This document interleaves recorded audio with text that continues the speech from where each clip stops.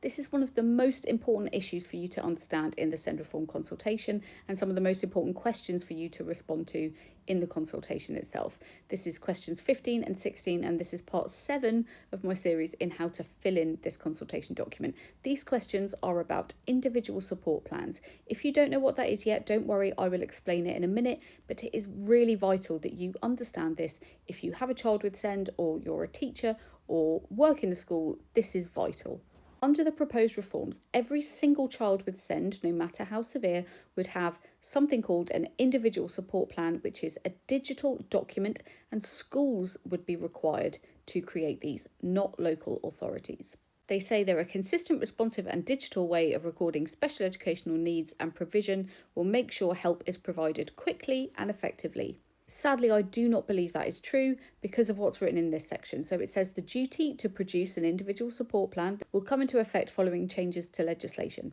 The government is going to change the law. Some of the changes they're proposing would reduce, weaken or remove the existing legal rights of some disabled children and young people. This is the part that you really need to understand. It says where there are concerns about provision, parents and young people will be able to resolve this directly with the setting, including making use of the improved school complaints process. So if what's in the plan is wrong, if it's not being delivered, or there is some other issue, the only route that you have to challenge that is the school who created this document. Now, that might be fine if schools had unlimited resources and all schools had the best interest of all pupils at heart. I would love to say that's true, but I think even the best teachers in this country would agree that is not always the case. There are plenty of schools in this country that don't think that way about pupils with SEND. They will be responsible for deciding what a child needs. It says we will ensure ISPs are high quality and that support is effectively delivered. It talks about things like peer reviews of the plans at a group level, expert recommendations for appropriate content from the national inclusion standards, the evidence base they're hoping to develop, or a role for sector delivery experts to audit and assure the delivery of targeted support in mainstream settings. But even if they did audit it and they found that the plans are rubbish or not being delivered, what could they actually do about it? What could these delivery experts actually do to make a school give a child the right help, even if the school doesn't have the money, the resources or the staff to do so? So when they ask what would provide assurance to families that ISPs are high quality and contain the essential information, again, it's the wrong question, because actually it doesn't matter.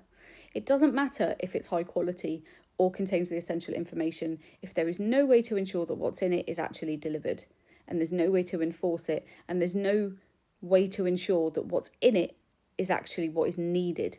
It might contain all of the essential information, but if you've got schools looking at an evidence-based toolkit and trying to match a child to a specific provision and just hoping that it's enough, it won't be effective. It misses the entire crux of the problem with the current system, and that is when children do not have the legal right to the right support, they don't get it. We know that that's true, and it's not for a want of trying on the part of many schools and teachers. It's because they don't have the resources, and all of the investment that the government have announced are not enough to bridge that gap. It's a massive amount of work for schools to now also create these documents and decide what goes into them. Remember that children who are at the targeted level won't have any input from specialists directly. They won't have access to the experts at hand service that they're proposing. It will be down to schools to decide what these children need. And what if what that child needs doesn't match what the evidence base says? Then their needs will escalate and then they'll move up to the next tier. Exactly the problem that we have now. These plans have to be enforceable. There has to be accountability for delivering what's in them. If there isn't, they are worthless. And how can you ensure that individual support plans are clear, concise and practical for professionals to use? I mean, that really depends on the child, doesn't it? Some children will need a paragraph or 5 bullet points of very basic interventions, and that could be very simple, clear and practical. But there will be children who need pages of support. Remember, children who have an EHCP will only have a specialist provision package in that. They'll also have one of these that will set out the day-to-day support that they need. And for some children, that will be vast. It will never be concise, and it's very hard to be clear because it's complex. So I don't think you can ensure that, and I'm not really sure how we can respond to this question. So individual support plans are a massive concern to me, and I'd really urge you to look at that section and fill in these questions because they need to understand why we're so concerned about it. This is not trivial. This is crucial to this entire system working.